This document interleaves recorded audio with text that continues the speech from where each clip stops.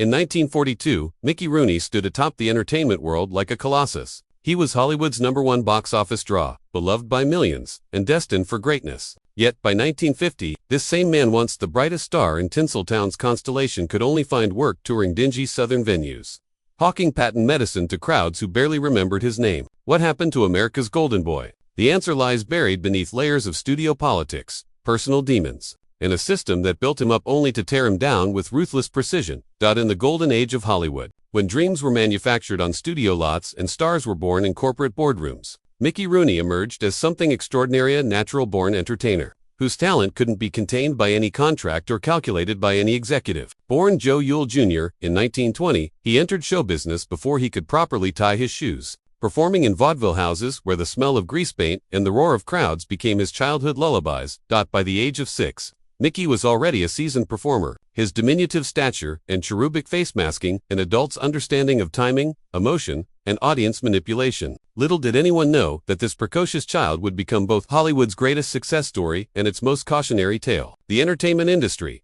always hungry for fresh faces and new revenue streams, spotted something in young Mickey that went beyond mere cuteness. He possessed an indefinable spark that could ignite entire theater audiences. When MGM's legendary producer, David O. Selznick, first laid eyes on the teenage Mickey Rooney, he saw dollar signs dancing in the boy's energetic performance. The studio system of the 1930s was a well-oiled machine designed to create stars, control them completely, and extract every ounce of profit from their talents. Mickey, with his boundless energy and natural charisma, seemed like the perfect raw material for this Hollywood factory. The transformation from Joe Yule Jr. to Mickey Rooney wasn't just a name change.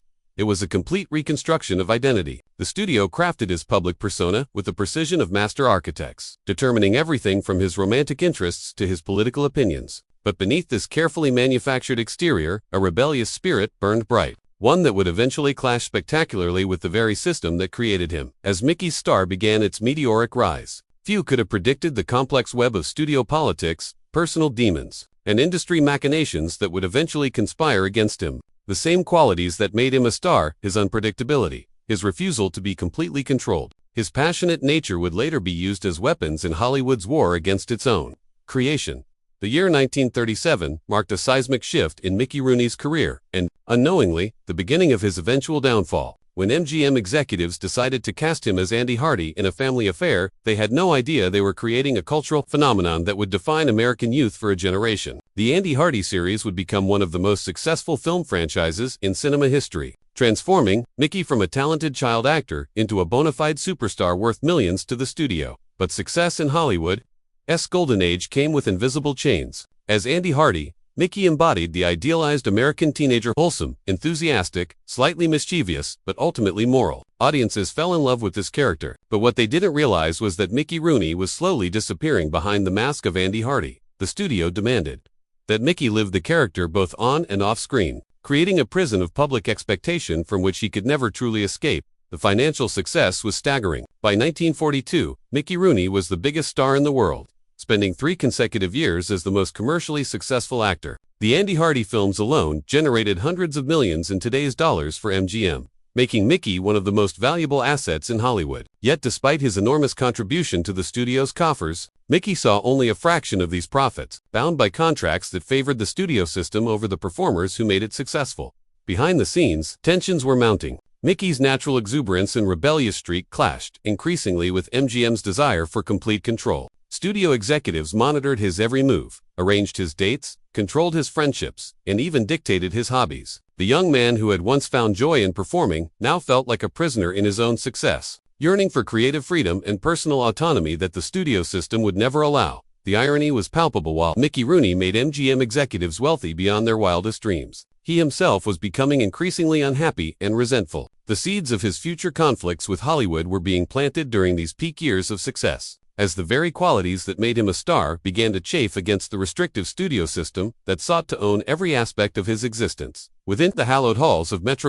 Mickey Rooney was simultaneously the crown jewel and the most troublesome asset. The studio executives, led by the iron-fisted Louis B. Mayer, had perfected a system of control that turned human beings into profit-generating machines. But Mickey, with his fierce independence and volcanic personality, represented both the system's greatest triumph and its most significant challenge. The MGM lot in the 1940s was like a small city unto itself, complete with its own police force, medical staff, and even surveillance network. Every star was monitored, every relationship was managed, and every public appearance was carefully orchestrated. For Mickey, this meant living under a microscope where his every action was subject to studio approval. His romantic relationships were arranged for publicity purposes. His friendships were vetted by studio executives, and his personal life became a commodity to be bought, sold, and manipulated for maximum profit. But behind his infectious smile and boyish charm, Mickey was developing a growing resentment toward the system that controlled him. Studio insiders began to whisper about his increasingly erratic behavior, his resistance to direction, and his tendency to speak his mind, a dangerous trait in an industry built on carefully maintained illusions. While publicly he remained America's sweetheart, privately he was becoming increasingly vocal about the injustices of the studio system. The breaking point was approaching with the inevitability of a Greek tragedy. Mickey's contracts, while making him wealthy by ordinary standards, were structured to benefit MGM far more than the star himself. Despite earning millions during his career, financial troubles plagued him, and after returning from World War II, his career hit a slump as he signed a contract with MGM for $25,000 per film, a significant decrease from his previous earnings. The young man who had generated hundreds of millions for the studio was being systematically devalued. His worth calculated not by his talent or contribution, but by his willingness to submit to studio control. The executives at MGM began to view Mickey as a problem that needed solving rather than an asset to be nurtured. His questions about creative control, his demands for better treatment, and his occasional displays of temperament were seen as threats to the established order. What Mickey didn't realize was that the studio was already planning for a future without him, one where more compliant stars would take his place. When Mickey Rooney was drafted into the Army in 19, it seemed like a heroic pause in his meteoric career, America's favorite son going off to serve his country. But little did anyone know that his time in military service would mark the beginning of the end for his relationship with Hollywood's power brokers. The entertainment industry, always quick to adapt and exploit changing circumstances, was already preparing to move on from stars who had become too difficult to manage. During Mickey's absence, MGM executives made a calculated decision that would haunt the actor for the rest of his life. Rather than holding his place in the studio hierarchy, they began grooming new talent, signing younger actors who were more malleable and less likely to challenge the system. The message was clear: no star, regardless of their past success, was irreplaceable in the Hollywood machine. When Mickey returned from the war in 1945, he found a completely transformed landscape. After he served in World War II, Rooney's star power decreased and his career slackened as audiences preferred the juvenile Rooney to the grown-up one. The boy who had left for war came back as a man. But Hollywood had no place for a mature Mickey Rooney. The industry that had created Andy Hardy couldn't reconcile itself to the reality that Mickey had outgrown the character that made him famous. The studio's treatment of returning Mickey was nothing short of cruel. The actor was too short to be a leading man and too old to play a teenager, leaving him in a professional no man's land where his previous success became a liability rather than an asset. MGM, the studio that had made billions from his talents, now saw him as a relic of a bygone era, unsuitable for the new direction of post-war cinema. But Mickey's problems went deeper than simple typecasting. His military service had given him a broader perspective on life and a decreased tolerance for the petty tyrannies of the studio system. He returned to Hollywood with a newfound sense of independence and self-worth that directly threatened the control mechanisms that MGM had spent years perfecting. The collision between Mickey's